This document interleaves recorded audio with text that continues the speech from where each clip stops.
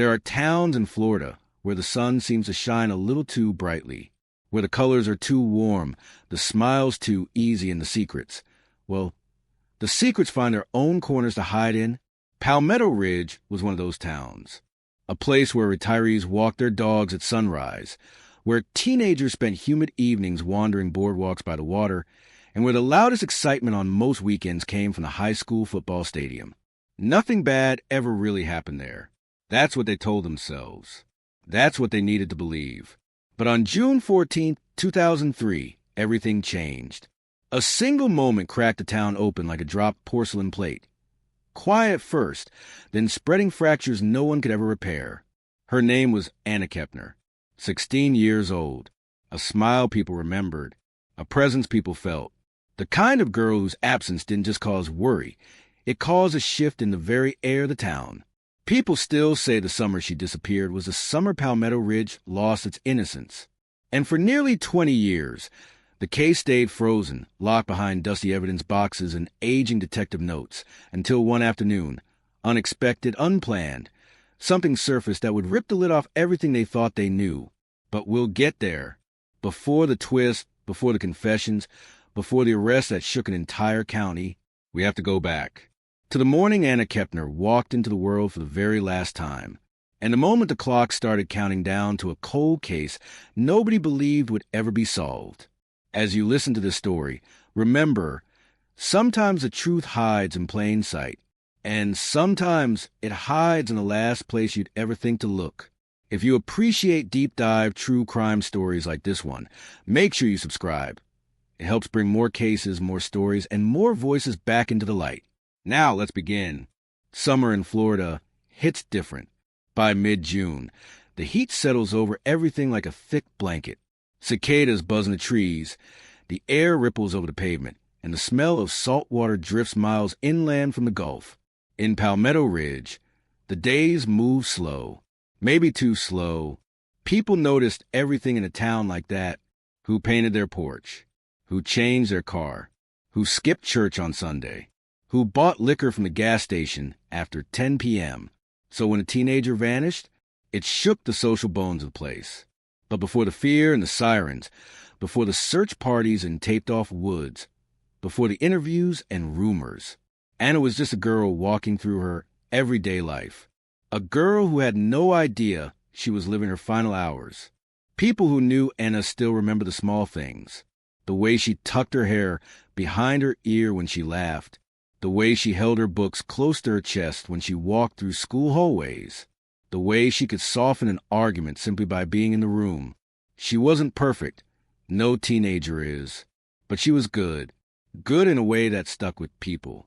She worked part-time at Harbor Beans, the only coffee shop in town that didn't feel like it belonged in a strip mall. Locals remembered her bright smile behind the counter, her cheerful, "Good morning, what can I get started for you?" Even at 6:45 a.m., her boss, Martha Ellington, once said, Anna was the kid you trusted. If she was on shift, the shop just felt right. Her teachers said similar things.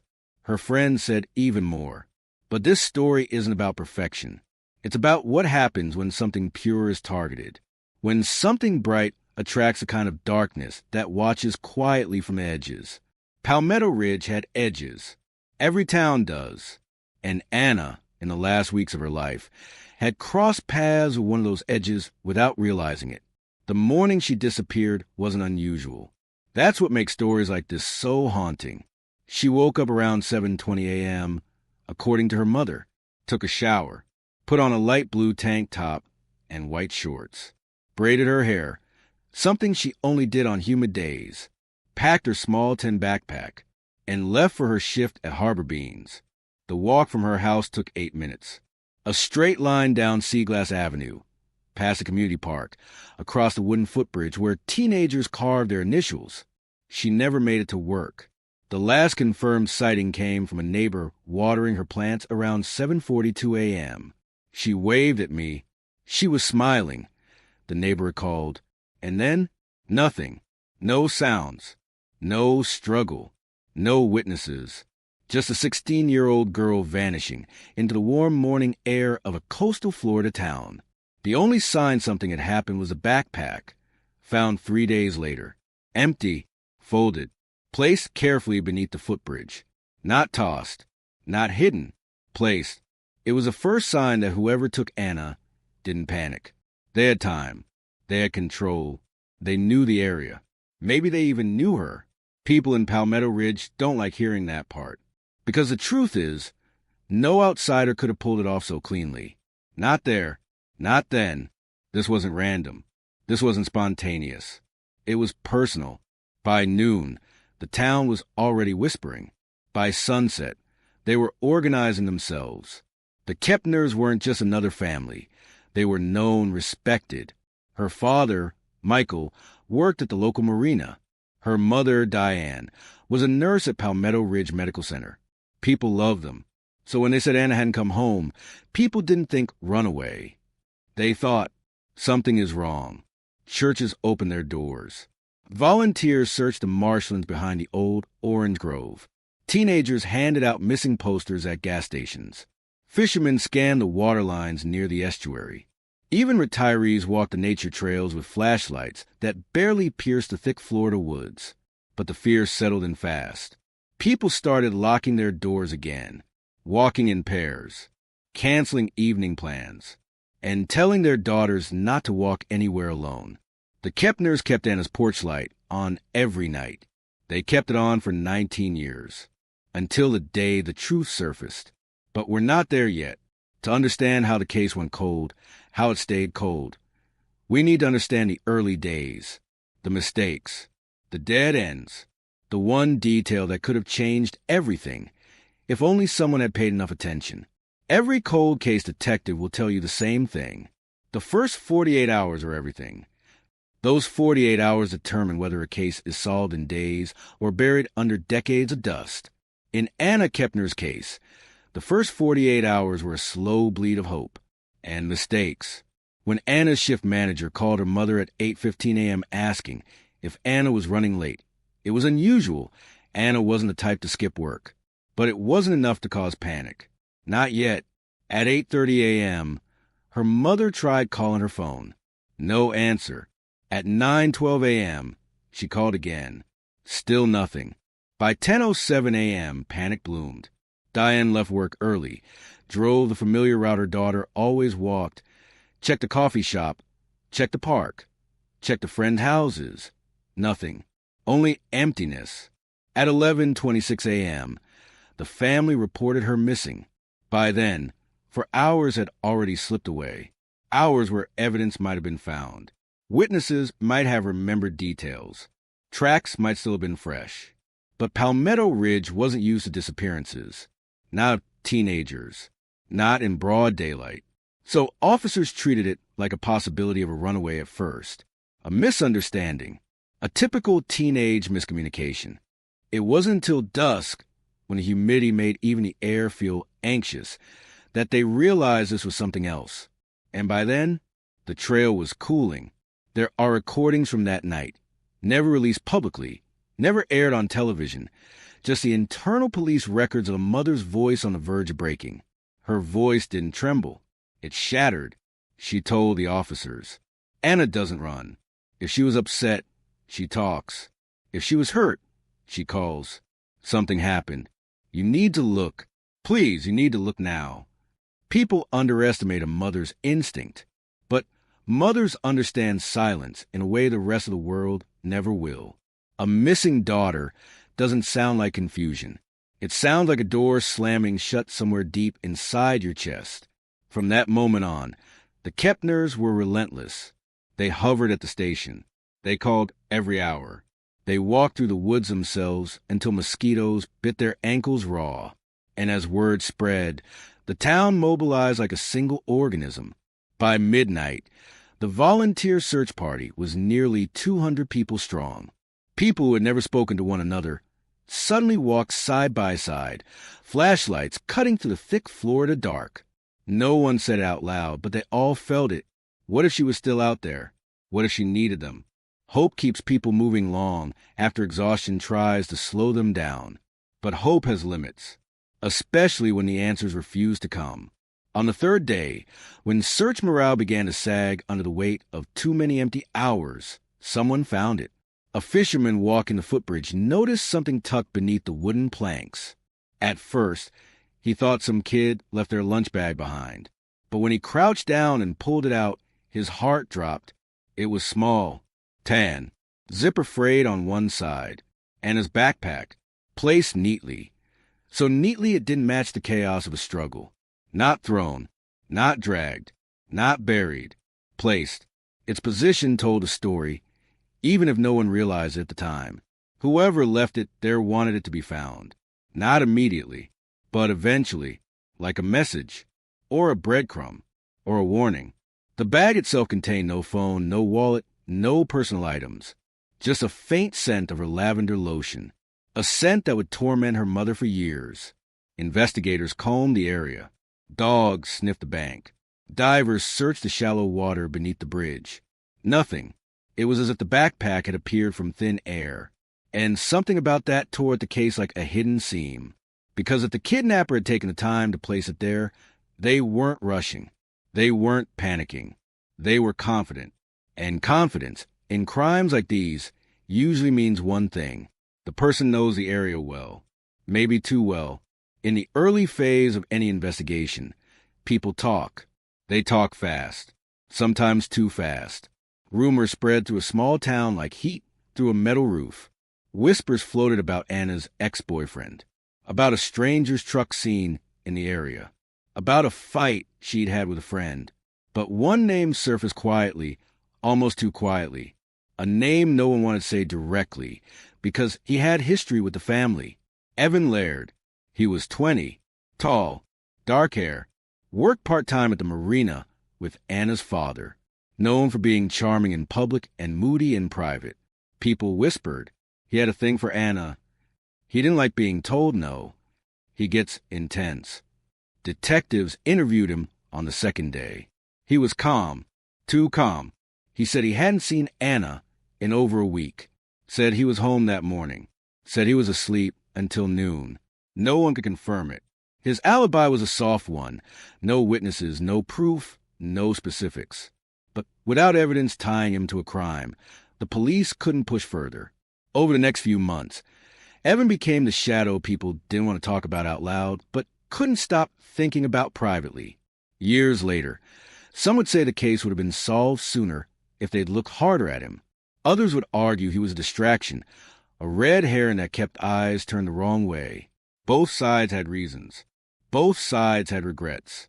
Within a week, the case broke into local headlines. Teen girl missing in Palmetto Ridge. Search continues for 16-year-old Anna Kepner. No new leads in disappearance. Light features. Human interest. Nothing national. Not yet. But the attention brought more volunteers. More eyes. More pressure. News crews parked outside the Kepner house until her father threatened to break a camera. Journalists knocked on doors. Teenagers gave overly dramatic interviews. People exaggerated what they'd seen. And in the midst of all that noise, real clues, tiny clues, may have slipped through unnoticed. One local reporter described the town as a place boiling in the pot of its own fear.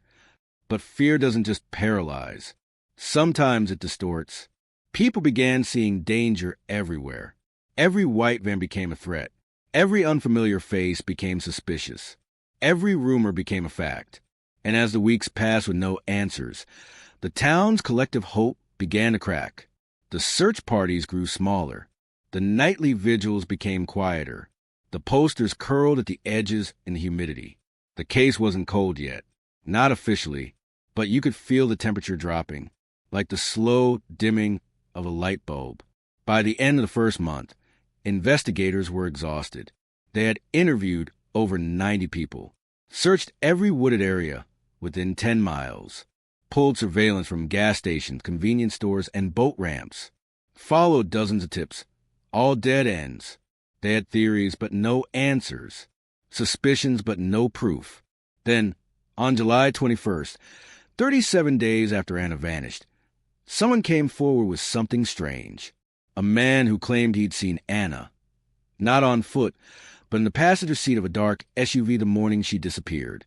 He said her posture looked stiff, her expression blank, and the driver, He couldn't see their face.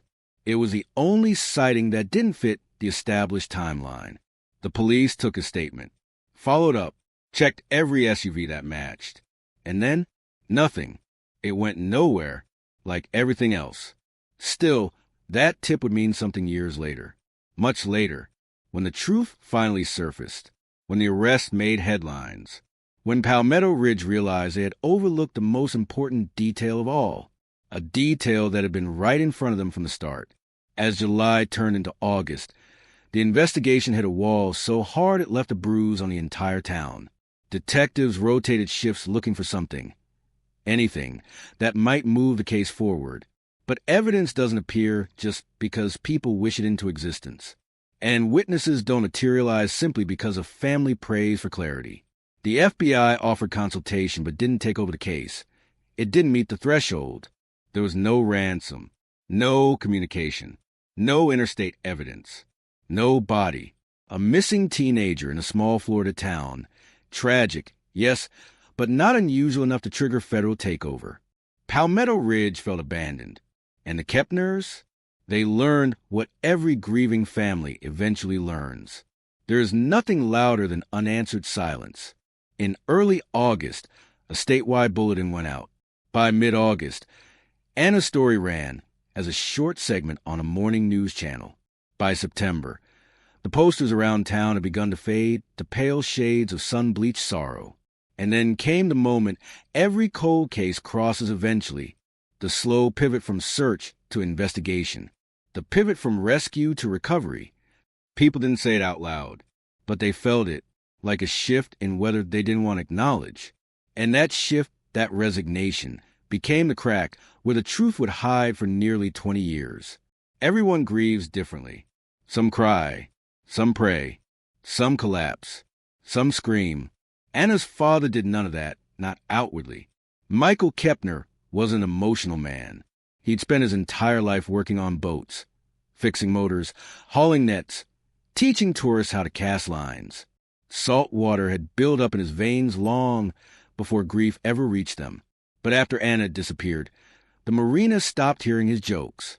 He stopped taking evening fishing trips, stopped eating full meals. What he did do was walk. Every night, same route, same time, same silence. Down Seaglass Avenue, across the footbridge, along the marsh trail. Back home, neighbors saw him. Some waved. Some avoided eye contact. Grief makes people uncomfortable. One man described him. He walked like he was trying to bring her home with his footsteps. People romanticize pain in hindsight, but in real time it's raw, unstructured, unglamorous. Michael walked because he didn't know what else to do. And somewhere deep down, he believed two things. His daughter was out there. He would die before he stopped looking. It would take almost 2 decades for him to finally get an answer, but not the one he prayed for. In October, 4 months after Anna vanished, detectives brought in a new potential suspect, not because they believed he was guilty, but because they had nothing left. His name was Clayton Rusk, 42, lived alone, local handyman. A fix-anything type who drifted from job to job, had a history of petty theft and trespassing. Odd man, quiet, kept to himself. Too quiet, some said. He volunteered in the first search party, showed up early, left late, asked a lot of questions, maybe too many. Someone thought his curiosity was suspicious. Another thought he stared at the missing posters a little too long. And so Clayton became suspect number 4.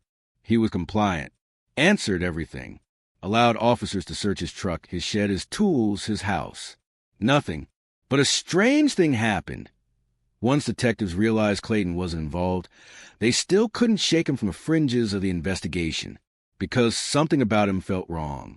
Not connected to Anna, just wrong. Years later, that gut feeling would matter, just not in the way they thought. By the end of the year, Palmetto Ridge began to fracture. People turned on the police, said they weren't doing enough. Police turned inward, frustrated and exhausted. The Kepners turned into shadows of themselves. Students whispered rumors in the hallways. Parents walked their kids all the way to class. Churches prayed harder. Deputies patrolled more. Fences went up. Locks clicked more often. Fear became a language everyone spoke. But even fear has a limit. And eventually, life forces itself to move forward. Even when it feels wrong. The new year came. Spring arrived. Then summer. Then another autumn. And slowly, heartbreak turned into routine. Routine turned into resignation. And resignation hardened into memory. People didn't forget Anna. They just didn't know what else to do. So the case quietly slipped from front-page news to the inside of a dusty evidence cabinet labeled Kepner, Anna, 2003. And Palmetto Ridge returned to being what it had always been. A warm town with bright skies and shadows no one wanted to look at too closely. But beneath those shadows, the truth remained. Waiting, watching, unmoving, like a secret buried deep in the earth. One of the most haunting pieces of the story, something the public didn't learn until after the case was solved, was a stack of letters Anna's mother wrote to her every year, on her birthday, on Christmas, on the anniversary of the day she disappeared. She wrote them in a soft leather journal she kept hidden in a box under her bed. Letters like, "Your room is still clean, sweetheart. I fold your blanket every morning. I don't know why. Maybe because I want you to walk back in one day and say, 'Mom, why are you touching my stuff?' And, 'The world keeps spinning without asking if we're ready.' I hate that, but I talk to you every night, Anna. I'll never stop. And you are not forgotten. You are not gone. You are only away." It became her ritual, her therapy, her lifeline. Those journals would later become part of the court documents, heart-wrenching reminders of a mother who kept speaking into the void because she refused to let silence win. But even she could not have imagined what would be uncovered 19 years later, or whose hands the truth would lead to. In 2005, 2 years after the disappearance, a woman hiking near the Lido Shores Preserve reported finding a photograph pinned under a rock. It was grainy, weather-damaged, barely visible. It looked like a girl sitting in the passenger seat of a vehicle, facing forward, expression unreadable. The woman thought the girl might be Anna. Police couldn't confirm it. The resolution was too poor. They ran it through enhancement software. Nothing. They circulated it internally. No match. They filed it. Box 4, Folder 17. Years later, that photograph would turn out to be one of the most critical pieces of evidence in the entire case. A piece no one recognized for what it truly was.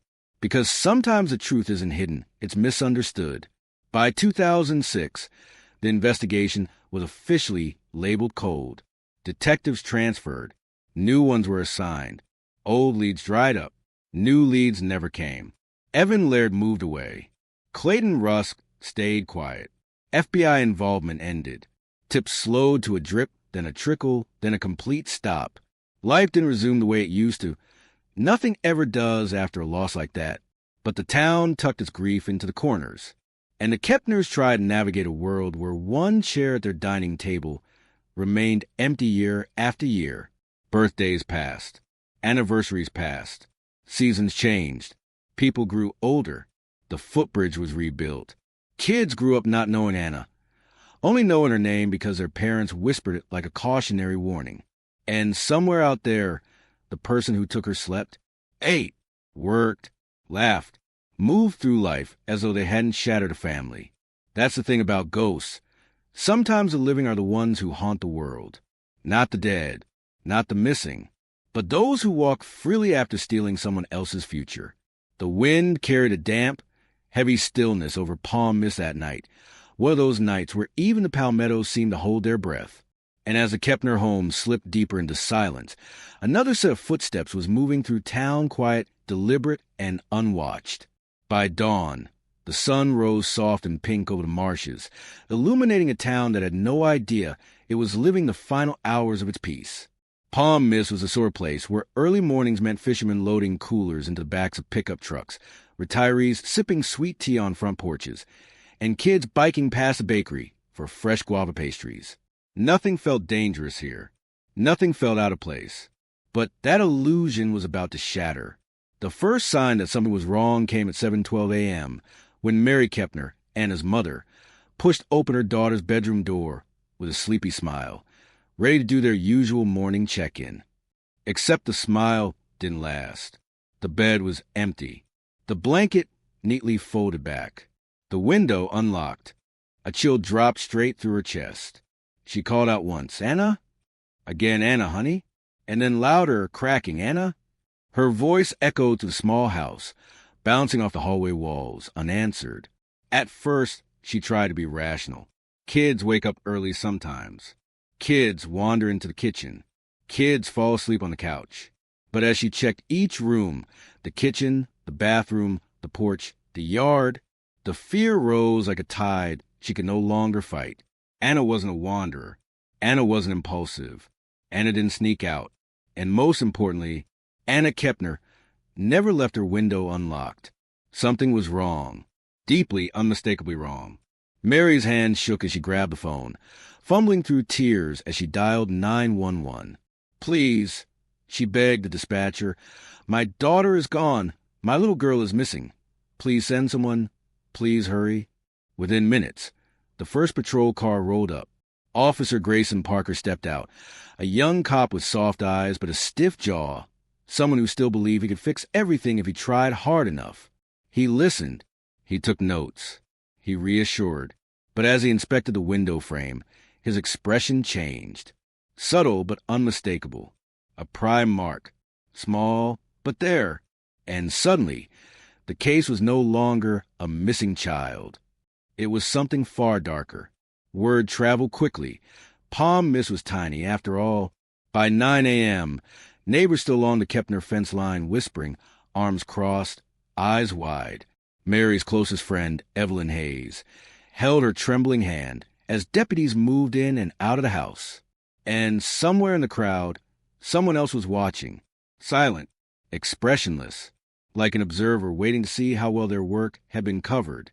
The story of Anna Kepner began as a quiet, unremarkable childhood in a sleepy Florida town. But what happened after that morning would turn Palm Mist into a name whispered in true crime circles for decades. A disappearance that made no sense. A family with no enemies. A child with a future so bright, it made losing her feel like a wound the whole town carried. And the strangest part? There was no evidence of a struggle. No footprints in the sand outside the window. No fingerprints. No fibers. Nothing. It was as if Anna had simply vanished, plucked out of a room, like a page torn from a book. But as you'll see, someone knew exactly what happened that night. Someone had planned it, had waited, had chosen their moment. And for 32 long years, that someone walked free. But they didn't stay free. Not forever. Because in the summer of 2022, through a miracle of science, persistence, and mistake the killer never expected to matter, Palm Mist would finally hear the words the Kepner family had prayed for since that terrible morning. "We have a suspect in custody." And everything about the case would explode again. Before we get to the investigation, the twist, and the arrest, we need to step back. We need to understand who Anna was. Because in true stories like this, the victim is not just a name in a headline. She was real. She was loved. She had dreams bigger than the town she grew up in. And to truly understand what was lost, we have to meet her. Palm Mist would never be the same after that morning. As detectives expanded the search perimeter, tracking dogs crisscrossed the sandy lots and marsh edges behind the Kepner home. Helicopters thumped overhead. Volunteers lined up in rows, combing through palmetto bushes and drainage ditches with trembling hands. Mary stood in the center of it all, holding Anna's favorite pink backpack to her chest, as if squeezing it tight could somehow pull her daughter back into her arms. She didn't cry anymore. The tears had dried into something sharper, something that felt like a scream trapped behind her ribs. By midday, reporters had arrived from Jacksonville and Tallahassee. Satellite vans lined the street. Camera lenses pointed toward the Kepner home like dark, unblinking eyes. This was no longer a local scare. This was a statewide emergency. And beneath that hot Florida sun, one chilling truth settled over Palm Mist like a storm cloud. Someone had taken an 11-year-old girl out of her bedroom before dawn, and no one had seen or heard a thing. Detective Harrison Cole, an aging investigator with a weary face and a mind sharper than most men half his age, arrived around 1 p.m. He had solved dozens of violent crimes in his career. But when he stepped inside Anna's room, the first words out of his mouth were quiet, almost whispered. This one's different. And he was right.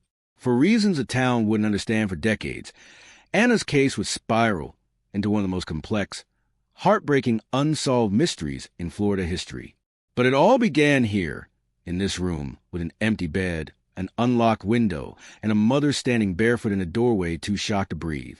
Detective Cole knelt beside the window frame, running a hand over the faint prime mark Parker had spotted earlier. One, he murmured. Just one. Whoever did this knew what they were doing. How? Officer Parker asked. Cole stared at the window latch, the shallow mark, the way the curtain pulled slightly inward. Because they only needed one mark, he said.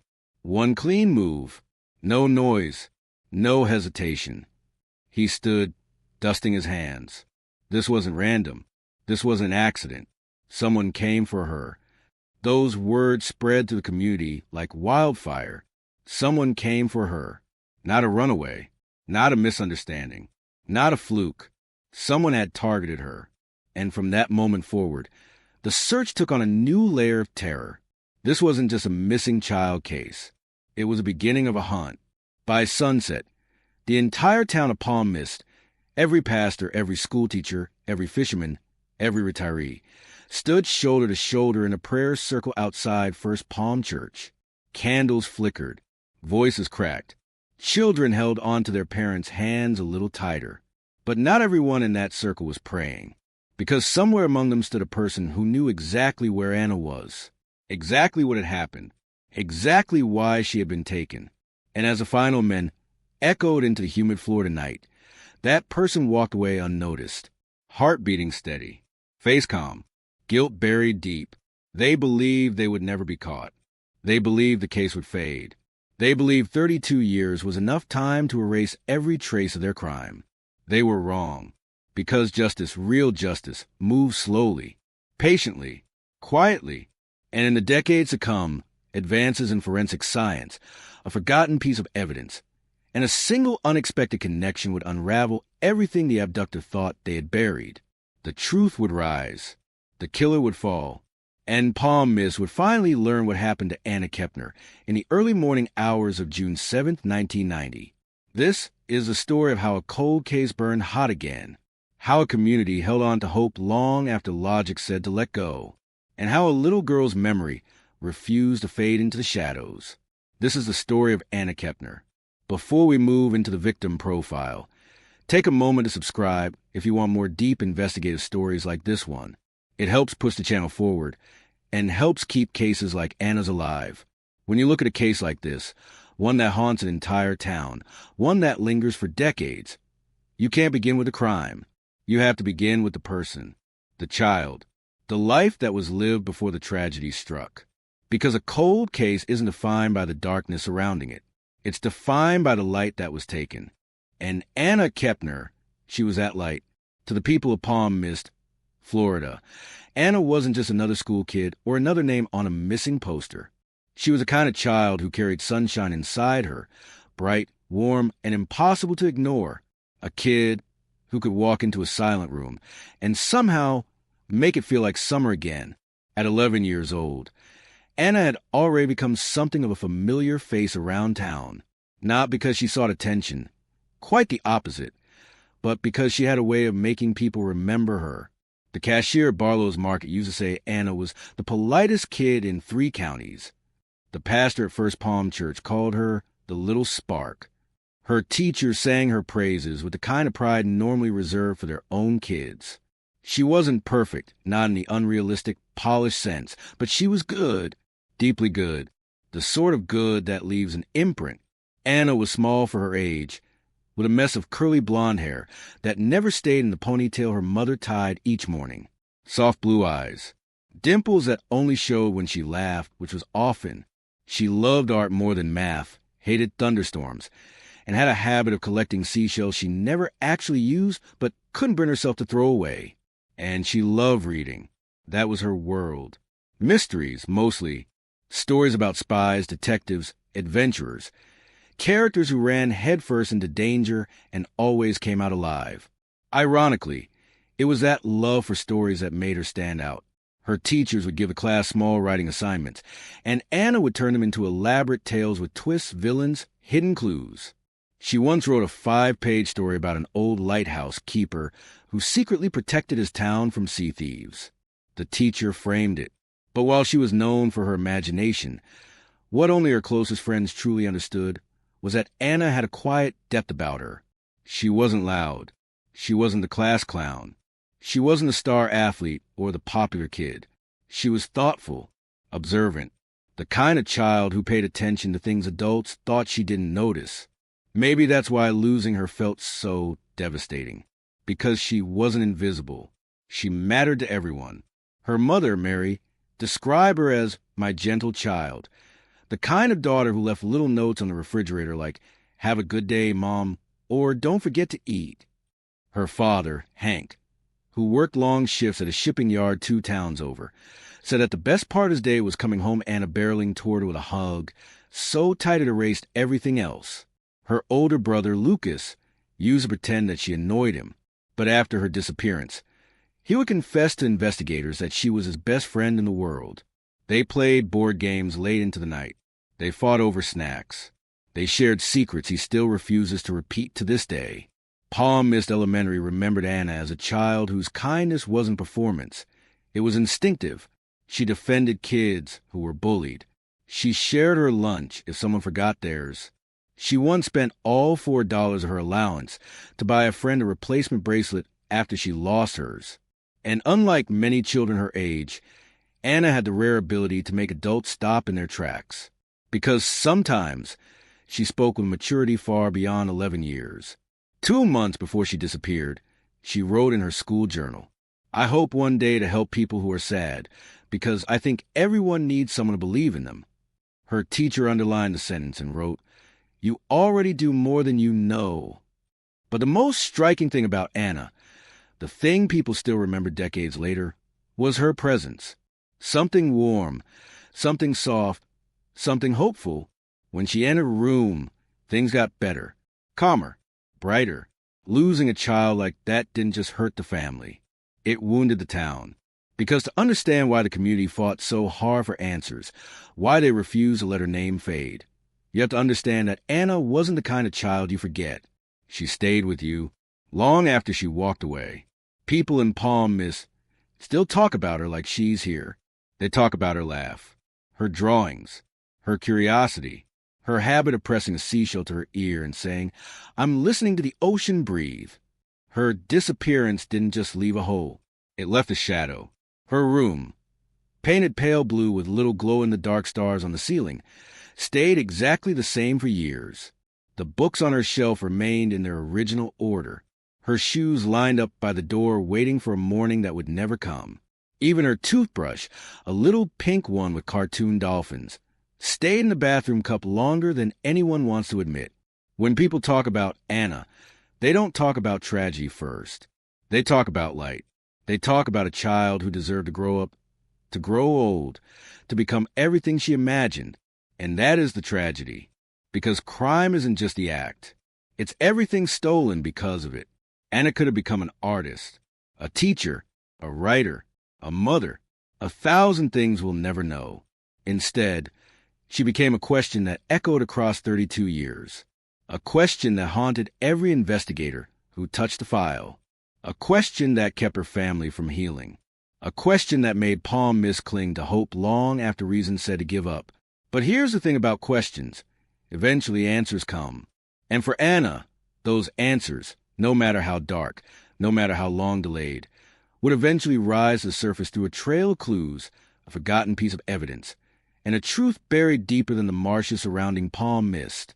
But before the breakthrough, there was the disappearance. The moment everything changed. The moment time froze. The moment an entire community lost its innocence. And that is where we must go next. Before we continue, make sure you're subscribed to the channel. These long-form stories take time to craft, and your support helps bring awareness to forgotten cases like Anna's. Now, let's step into the morning Anna vanished. There are moments in life that divide time into before and after.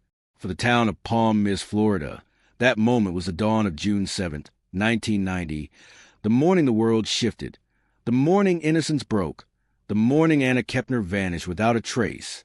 For her mother, Mary, it began like any other ordinary day, a mug of coffee warm in her hands, the soft of the ceiling fan turning overhead, and the pink sunrise stretching across the marshes behind their small home on Orchid Lane. She always let Anna sleep in a few extra minutes. Growing kids need their rest, she used to say with a smile. But at 7:12 a.m., everything changed. Mary pushed open her daughter's door expecting to see her curled in her blanket, hair a messy halo, breathing softly as the blue morning light filled the room.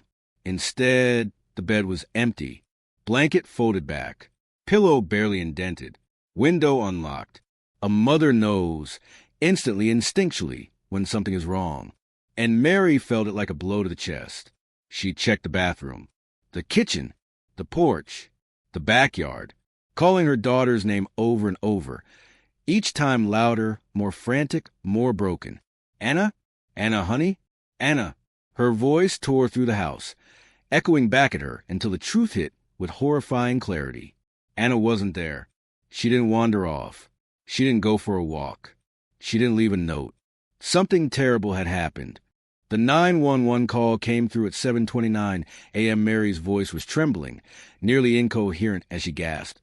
My daughter's gone, please. Please come quickly.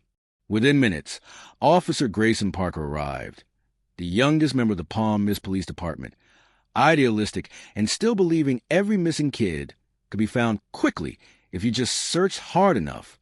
But even he froze when he saw Anna's window. Unlocked, screen slightly misaligned, a faint, almost invisible pry mark near the latch. It wasn't much, but it was enough.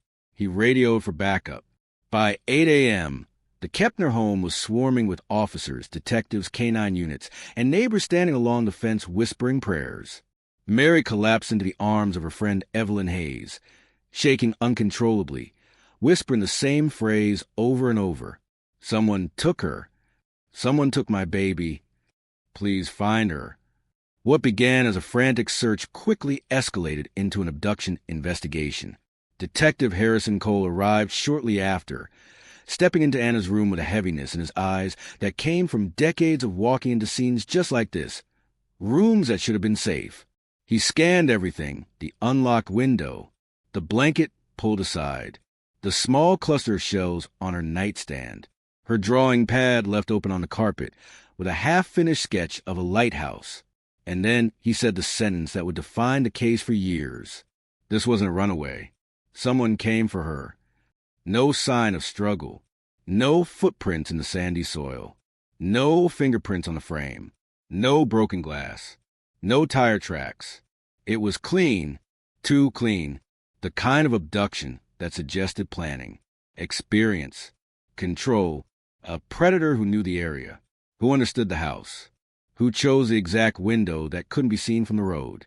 Someone patient, someone confident, someone watching. By 10 a.m., the search radius expanded to miles.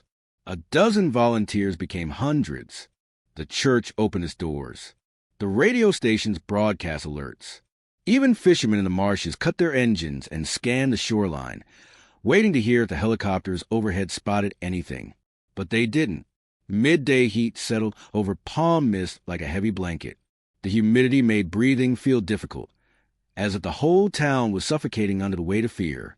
Reporters arrived, setting up cameras along Orchid Lane, their voices hushed but persistent. 11-year-old Anna Kepner, missing under suspicious circumstances. And inside the Kepner home, Mary and her husband Hank answered the same questions again and again. When did you last see her? Did she have any enemies? Was she acting unusual? Did anyone follow her recently? Was there anyone new in her life? Every question cut deeper. Every answer felt more hopeless. Palm Mist was the kind of town where everyone claimed they knew everyone, yet no one had seen or heard a thing, until a neighbor named Ruth Alderman stepped forward. Around 5 a.m., while watering her garden, she heard something strange, a car door closing softly, deliberately, not slammed, not hurried, just unusual. She didn't think anything of it until the news broke. She described it to officers. A dark vehicle, maybe a sedan, engine barely audible. Someone got in, then it drove off slow. Slow, controlled, composed. Like someone who didn't want to attract attention. But with no cameras in 1990, no license plate seen and no witnesses, the lead faded as quickly as it emerged. By evening, palm mist gathered outside First Palm Church in a circle of candles. Children clung to their parents. Adults whispered prayers. Strangers hugged strangers. But somewhere in that crowd, this would become clear many years later, stood the very person they were praying against. Calm, expressionless, watching the community unravel. Because the person who took Anna didn't panic, didn't run, didn't hide. They blended. They observed. They returned to their routine as if nothing had happened. While the Kepner's world was collapsing, the abductor's world stayed eerily normal. And that's what made the case so devastating. The first 24 hours produced no answers, no sightings, no ransom note, no communication, no evidence. At 3:17 a.m. the next night, Detective Cole wrote in his log, "It is as if she vanished from the earth." And that sentence would hang over the case for decades. Palm Mist, once a quiet coastal town filled with retirees, fishermen, and school teachers, transformed into a fortress of fear. Doors that were never locked were suddenly double-bolted. Kids were kept indoors. Rumors spiraled. Suspicion spread like wildfire. Every man who lived alone became a topic of whispered conversation. Every unfamiliar car was reported within minutes. Every parent kept their children within arm's reach. But after the first week, something worse settled in. Silence. No new leads. No suspects. No body. No trace. Anna Kepner had simply disappeared. And yet, even as the case went cold, Detective Cole refused to close her file. Mary refused to take down her daughter's bedroom decorations. Lucas refused to stop believing his little sister was alive somewhere. Hope can be stubborn like that. It can outlive logic. It can outlive reason. It can outlive decades. But hope alone doesn't solve cases. It takes a mistake. A tiny, forgotten detail buried in time. And in 2022, 32 years after Anna's disappearance, that mistake would finally surface. Someone who had been silent for too long would slip, and the truth would rise. Palm Mist would finally know what happened to Anna Kepner. But before we uncover the twist that cracked open the case, we must step into the long, painstaking investigation. The years of frustration, false leads, and dead ends that nearly buried the truth forever. The investigation into the disappearance of 11-year-old Anna Kepner will become one of the most exhaustive efforts in Florida's history, spanning decades, involving dozens of investigators, and outlasting careers, marriages, and entire administrations. But in those first crucial months of 1990, the Palm Mist Police Department believed, truly believed, that if they worked hard enough, they could bring Anna home. That optimism wouldn't last. But in the beginning, it burned bright. Detective Harrison Cole led the charge.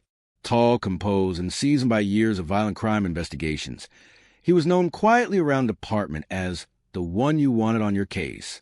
He had a remarkable ability to stay calm in chaos and a stubborn refusal to give up even when the evidence dried up around him. On the day Anna vanished, Cole took over her bedroom like it was sacred ground. He studied every detail, every fiber, every shadow. He crouched beside the unlocked window and stared at the metal latch for several long minutes. It was subtle, almost invisible unless you were really looking. The faintest gouge just below the mechanism. A tiny mark, but it wasn't made by Anna. It wasn't made by a parent. It wasn't made by time. It was made by someone trying to get in. Cole pressed his thumb along the frame, feeling the roughness, memorizing the angle of entry.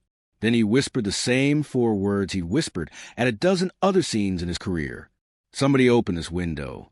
Crime scene text dusted the frame, the sill, the walls, even the floor. They found nothing. No fingerprints. No footprints. No trace DNA. No hair. No fibers that didn't belong. Whoever entered Anna's room had either worn gloves or was experienced enough to avoid leaving a mark. This wasn't the act of an impulsive predator. It was the act of someone who planned. In the first 72 hours, the tip line exploded with calls. I saw a blue truck near Orchid Lane. A man was walking behind the school last week. A stranger asked what time the buses came. Most were dead ends, but investigators followed everyone. They canvassed neighborhoods, questioned residents, searched back roads and canals, went door to door with flyers showing Anna's face. Palm Mist was shaken. Neighbors who never locked their doors became suspicious of each other. Parents stopped letting their children walk alone. Strangers were reported for simply driving by. But despite the intensity of the search, there was no sign of Anna. On the fifth day, the investigation shifted. Detectives began evaluating the people closest to Anna, working outward in concentric circles. Parents, family friends, teachers, neighbors, anyone who had access to her or her routine. This wasn't suspicion, it was procedure. But to families in crisis, procedure can feel like accusation. Mary Kepner sat under harsh fluorescent lights, answering question after question. Did Anna ever mention someone bothering her? Did she act differently? Was anyone paying unusual attention to her? Were there any fights at home recently? Is there anyone who might want to hurt you through your daughter?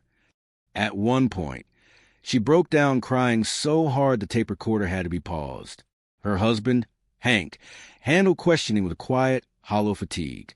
His answers were short, efficient, and laced with guilt no father deserves to carry. He blamed himself for working the night shift the evening before Anna vanished. I wasn't home, he kept repeating. I wasn't here to protect her. Detectives examined his alibi extensively.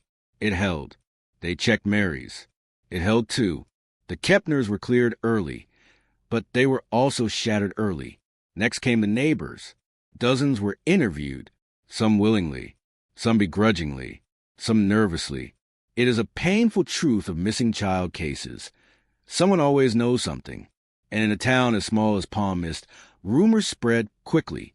A teenage boy claimed he saw a strange man hanging around the woods behind Orchid Lane. After an intense search, police found nothing. No shelters, no camps, no evidence anyone had been living there. A woman swore she heard a scream around 4 a.m., but her husband corrected her. It was a raccoon fight. The police checked anyway. Another resident suggested a fisherman down by Sandbar Pier had been acting odd. He turned out to be an elderly man feeding stray cats. Still, every interview was logged, every lead recorded, every sighting explored. And quietly, a profile began to form. His name was Elliot Branner, a 33-year-old maintenance worker who lived less than half a mile from the Kepners. He had no criminal record, but had a reputation for being off. Neighbors said he stared too long at children. Teachers said he volunteered for school repairs a little too often. Parents said they felt uneasy when he was near. Suspicion, however, is not evidence. Detective Cole interviewed him twice. Branner was nervous, sweaty palms, shifting eyes, rambling answers, but he had an airtight alibi. He'd been at work all night, repairing storm damage at a restaurant 20 miles away. Time cards, supervisor statements, and even a cash register video confirmed it. Branner remained unsettling but not guilty. On June 15th, a woman reported seeing a girl matching Anna's description at a gas station off Highway 41. The girl was in a dark sedan with out-of-state plates. Police responded immediately. Security cameras captured the vehicle. They zoomed in, enhanced the image, stared at it frame by frame. The girl wasn't Anna, just a traveler passing through. Leads like this would come for years, each one giving the Kepners hope, each one crushing them again. By late summer, the pressure reached a boiling point. Parents demanded arrests. Reporters demanded accountability. The mayor demanded results. But the truth was brutal. There was nothing. No ransom. No communication. No evidence. No sightings. Nothing. It was as if Anna had been swallowed by the earth. Detective Cole worked 14-hour days. His marriage suffered. A younger officer quit from stress. Volunteers wore themselves to exhaustion. And still nothing. By October 1990, the FBI stepped in, reviewing the files. They created a geographic profile, behavioral profile, and timeline analysis. Their conclusion chilled everyone involved. The offender is likely local. He blends into the community. He appears non-threatening. He may insert himself into the search effort. He may revisit the family or the scene. That alone sparked a new wave of fear.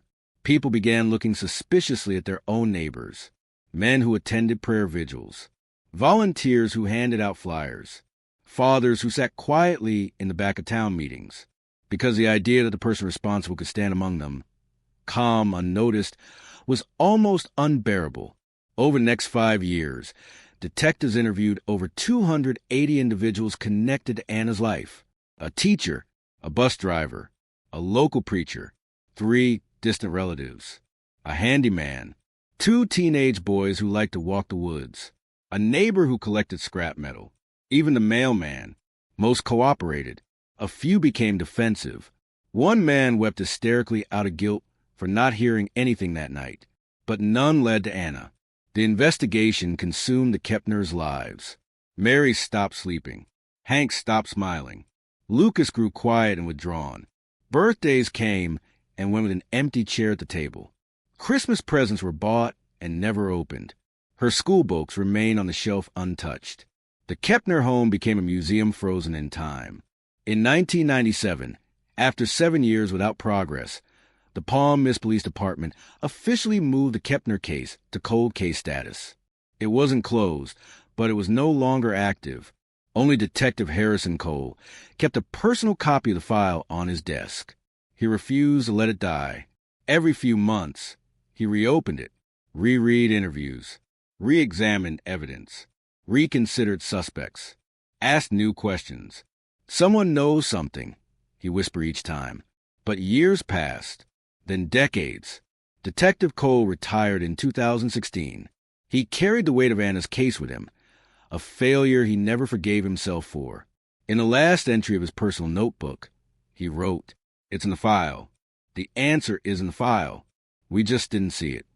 And he was right, because in 2022, 32 years after Anna vanished, an unexpected event triggered a reopening of the case. A new detective took interest. A forgotten witness resurfaced, and a small, overlooked detail buried deep in the original file suddenly connected 2 people who should have never been connected. A detail that would finally expose Anna's abductor. A detail that would lead to an arrest. A detail that would shake Palm Mist to its core. But first, we need to uncover that twist. The fairgrounds, at first, didn't realize a child was missing. That's how it often is. It starts as a ripple, not a wave. A parent calling a name a little louder than normal. A sibling looking around with narrowed eyes. A volunteer glancing up from a ticket booth because something in her gut feels off. Mary Kepner wasn't the type of mother who panicked easily. She worked in pediatric nursing. She'd seen real emergencies. Broken arms. High fevers. Oxygen masks. She knew what danger looked like. It's in the file. The answer is in the file. We just didn't see it. And he was right, because in 2022, 32 years after Anna vanished, an unexpected event triggered a reopening of the case. A new detective took interest. A forgotten witness resurfaced, and a small, overlooked detail buried deep in the original file suddenly connected 2 people who should have never been connected. A detail that would finally expose Anna's abductor. A detail that would lead to an arrest. A detail that would shake Palm Mist to its core. But first, we need to uncover that twist.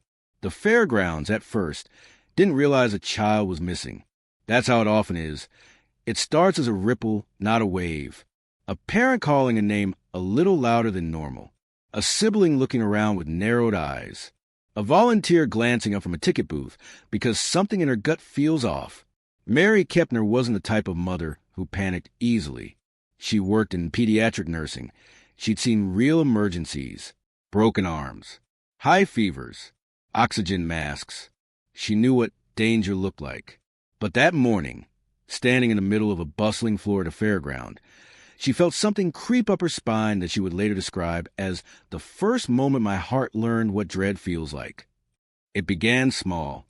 She told Anna and Lucas to stay within sight, while she walked 10 feet to the kettle corn stand. She was gone for maybe 30 seconds, a minute at most. When she turned around, Lucas was standing exactly where he'd been, but Anna wasn't next to him. "Where's your sister?" Mary asked. Lucas frowned, confused rather than worried. "She was right here." That sentence would become a ghost in the investigation. She was right here. Past tense. Final. Unforgiving. Mary scanned the area, first calmly, then sharply. Parents know their children in ways no one else can. They know the difference between wandering and gone. "Anna!" she called out. Her voice wasn't afraid yet. Just firm. Searching. A few heads turned. Not many. Kids got lost at fairs all the time. They chased balloons, followed music, wandered toward ice cream carts. Everyone assumed this was the same. But Mary felt something else. Something wrong. Something cold sliding beneath her ribs. She took Lucas's hand. "Come on. We're finding her." They searched the craft stalls first. Anna loved anything colorful. Bracelets, painted seashells, beaded necklaces that cost $1. Mary expected to find her staring at a table, too shy to ask the vendor a question. But she wasn't there. They checked the bounce house, the ring toss booth, the line for snow cones. Nothing. That's when Mary's calm cracked. Her voice rose. Her calls sharpened. "Anna!" People started to pay attention. A few parents offered reassuring nods. "She's probably nearby. She'll turn up." Happens all the time. But it wasn't all the time. Not for Anna. Not for Mary. Within minutes, Mary broke into a run. The people at the fair watched her, some confused, some frozen, but none of them yet understood that they were witnessing the beginning of a tragedy. By the time she reached the lost child tent, Mary was shaking. "My daughter is missing," she told the volunteer. "Not lost, not wandering. Missing. There's a difference, and every parent knows it deep in their bones." The volunteer, an elderly woman with a clipboard, stood up immediately. She didn't waste time. She radioed ground security. "Attention. Missing child. Female. 11. Blonde hair." Her voice echoed across the fair's internal system. Eyes widened. Conversation stopped mid-sentence. Heads turned toward Mary, who now stood hugging herself like her body was bracing for impact. Security moved fast. They spread out. They formed lines. They checked entrances. They checked exits. They checked the restrooms, the arcade tent, the parking lot. They made announcements. "Anna, if you can hear this, please come to the information booth." But Anna never walked toward that voice, never tugged on a sleeve, never appeared. The fair shut down the front entrance within 15 minutes. But 15 minutes was already too long. The world can change in less. By now, people realized something truly wrong was happening. Parents pulled their children closer. Vendors stopped selling. Teenagers paused their games. The sound of rides hummed on, but the mood shifted entirely. A child was missing. And not just any child, Anna. The Kepners were well known. Loved, even. This wasn't a nameless face fading into a crowd. This was a little girl practically raised by the town. But still no Anna. Lucas Kepner sat on a plastic chair near the information booth, knees pulled to his chest, tears tracking silently down his cheeks. He wasn't crying loudly, just trembling the way children do when they've seen something they can't explain. "She was holding my hand," he whispered to a deputy. She let go for 1 second. He would repeat that line for years. At 11:52 a.m., the call was made to the Palm Mist Sheriff's Department. A deputy, later identified as the first responding officer, arrived in under 6 minutes. He took one look at Mary's face and knew this wasn't a case of a child simply walking away. Something deeper was wrong. By noon, additional deputies arrived. They set up perimeter checks. They combed through each stall. They questioned vendors one by one. Then came the realization that everyone feared. Not a single person had seen Anna walk away. Not a sighting. Not a scream. Not a struggle. Not a trace. It was as if she vanished between one heartbeat and the next. Deputies quickly turned their attention to the fair's exits, and that's when the first piece of chilling information surfaced. A vendor near the south side entrance reported seeing a man earlier that morning acting off. She described him as mid-40s tan, wearing sunglasses and a gray ball cap. He had been standing alone near the exit gate, not buying anything, not watching attractions, just lingering, observing. Security reviewed the man's location, his position, his line of sight. It pointed directly to the spot where Anna had disappeared. Even worse, that exit gate, the south gate, was the only one that hadn't been secured in the first 15 minutes. A guard had temporarily left the deal with a separate situation for a window of 7 minutes. Anyone could walk out unnoticed. Anyone. Sheriff's deputies expanded the search outward. They scanned the parking lot.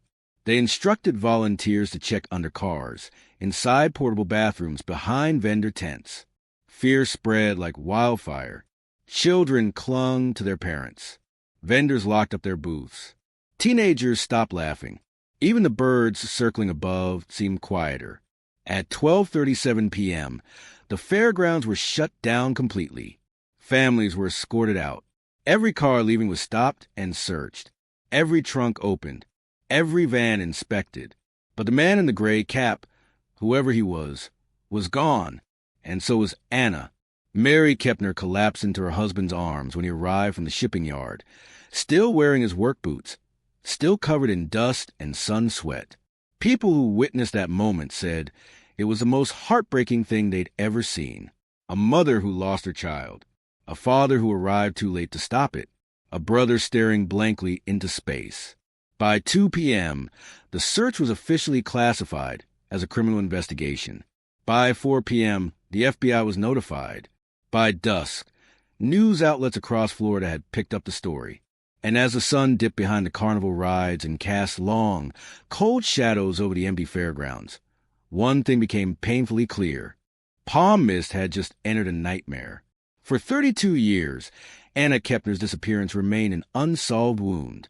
The case files had stacked in the Palm Mist Police Department, yellowing with age, the corners curling like pages of a forgotten book. Detectives retired.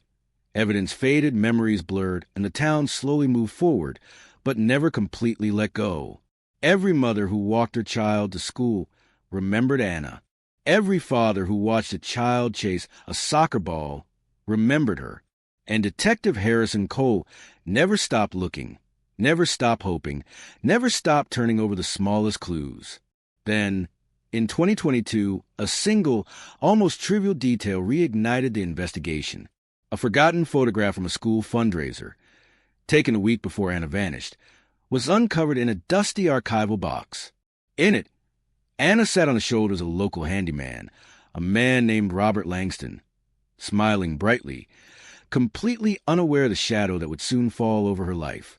He was well-liked, respected by neighbors, never arrested, no prior criminal record. But in that photograph, something subtle caught the eye of a new detective reviewing the case. A small, almost imperceptible scratch on his wristwatch, matching a mark found on Anna's window latch the morning she disappeared. The detective's instinct told him, check everything, reopen interviews, reanalyze old statements, cross-reference Langston's movements. And then, finally, it happened. A witness remembered seeing Langston near the fairgrounds at exactly the time Anna vanished. The statement had been overlooked in 1990, buried under a pile of other, less relevant tips. But now, in hindsight, it fit perfectly, like a piece of the puzzle that had been upside down for decades. Forensic technology, too, had advanced. DNA evidence collected from Anna's backpack, stored carefully by Cole for decades, was reanalyzed using methods unavailable at the time. It produced a match. One person, one name, Robert Langston, the man who had been living among them, respected, blending seamlessly into the community, had been hiding the darkest secret of all. The discovery shocked the investigators. How could someone so familiar, so ordinary, commit such an extraordinary crime? But as Cole and the team dug deeper, the pattern became clear. Langston had been meticulous. He had studied Anna's routines. He knew when her mother would step out. He had chosen the window with the least visibility, and he had watched, waited, and struck with calculated precision. The town was stunned when the arrest was finally made. Langston was taken into custody quietly one early morning, much like he had operated in the shadows 32 years earlier. He gave no resistance, no confession, only a cold, detached stare. But in that look, there was a lifetime of secrets, guilt, and inevitability. He had assumed time would protect him. He had assumed memory would fade. He had assumed technology would never catch up. He was wrong. For the Kepners, the arrest brought a storm of emotions: relief, validation, grief, an aching void that no confession could ever fill. But finally, there was justice. Finally, the community had the truth. And finally, Anna's name was spoken aloud, not as a question, not as a mystery, but as a story of survival and courage in the face of unthinkable darkness. Palm Mist held its collective breath during the trial. Details of Langston's meticulous planning, his manipulations, and the cruelty of that morning were laid bare. The courtroom listened, horrified, but the narrative gave a strange, uncomfortable closure. The pattern of events, the evidence, the human intelligence combined to form a story that had been waiting 32 years to be told. Anna's memory was honored not only in court, but in the town itself. Streets were lined with candles. Memorials were erected. Parents spoke to children, sharing lessons about vigilance, community, and hope. And even though no one could erase the pain of those lost years, knowing the truth, knowing the person responsible had been caught, allowed the town to exhale just a little. The twist of the case, Langston hiding in plain sight, the tiny overlooked photograph, and the DNA finally matching, was a reminder that in cold cases, the smallest details can carry the weight of truth. That time may pass, but it doesn't erase justice. And that even when a community fears the worst, the eventual revelation, no matter how late, can bring the light back to a story shrouded in darkness. Anna Kepner, though lost to her family for decades, became a symbol of endurance. Her story reminded everyone that hope can persist, that truth can survive, and that justice, patient and precise, will always find its mark, even if it takes 32 years to do so. The morning Robert Langston was arrested, the town of Palm Mist seemed to hold its breath. News had already leaked through whispers, phone calls, and social media. The man who had haunted Anna Kepner's disappearance for 32 years had been identified. But even with confirmation, no one knew exactly what to expect. Would he resist? Would he show remorse? Or would he remain the same calm, ordinary face that had hidden so much darkness for decades? He did none of those things. Langston was quiet, composed, almost eerily normal, as deputies led him out his home in handcuffs. Neighbors peered from windows.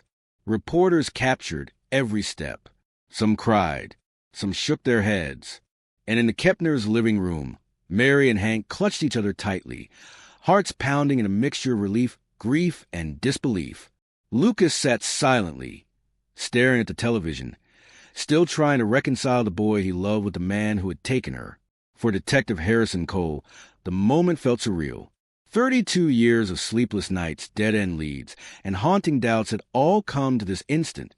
Watching Langston walk into the waiting squad car, Cole felt the weight lift slightly, but not entirely. Justice finally had a face. But Anna, the child whose laughter had lit rooms, whose imagination had sparked wonder, was still absent from the world she deserved to live in. In court, the evidence was overwhelming. The photograph from 1990, the DNA match from the backpack, Langston's inexplicable movements, and the overlooked witness statements all converged into a case too precise to deny.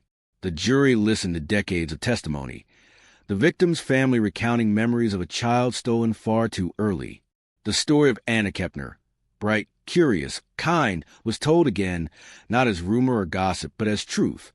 And as the judge read the verdict, the courtroom held a moment of silent awe. Guilty. The arrest and conviction didn't erase the years of pain.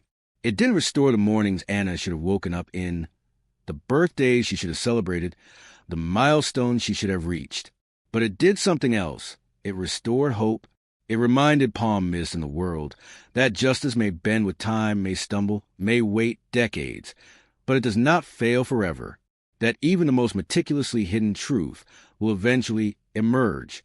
For the Kepners, life could never go back to exactly what it had been. Grief, after all, is a constant companion. But there was a subtle shift now. Peace threaded through sorrow, knowing the truth, knowing someone finally paid for what was done, knowing that Anna's story had a conclusion, even if it was one they wish had come sooner. Mary began volunteering at a local organization for missing children, sharing her story, her pain, and her hope with others. Hank helped establish a scholarship in Anna's name, celebrating her curiosity and kindness. Lucas carried her memory into adulthood, telling her story to anyone who would listen, ensuring she was never forgotten. Palm Mist, too, healed slowly. Conversations about vigilance, compassion, and community became central to the town's culture. Streets once quiet with fear were now alive with families walking freely. Parents spoke to children about Anna, not just as a cautionary tale, but as a reminder of light that can endure even in darkness. Anna Kepner, the child who vanished, remained absent in body, but present in spirit. Her life, full of imagination, kindness, and quiet bravery, became a guiding force of those she left behind. The case, long cold, taught the town and the world a profound lesson. Even when time seems to bury justice, evidence, truth, and memory will find a way. The shadows that lingered for decades finally gave way to clarity. The light Anna carried never truly went out. It simply waited, patient and enduring, until it could shine again. And so, 32 years after mourning a little girl disappeared from Florida Fairground, Palm Mist finally closed a chapter that had haunted generations. Anna Kepner's name will be remembered not for tragedy alone, but for the resilience, hope, and justice that ultimately followed her story. Her story, long lost, finally found, reminded everyone that no matter how cold a case, how deep the shadows, or how long the wait, the truth always has a way of surfacing.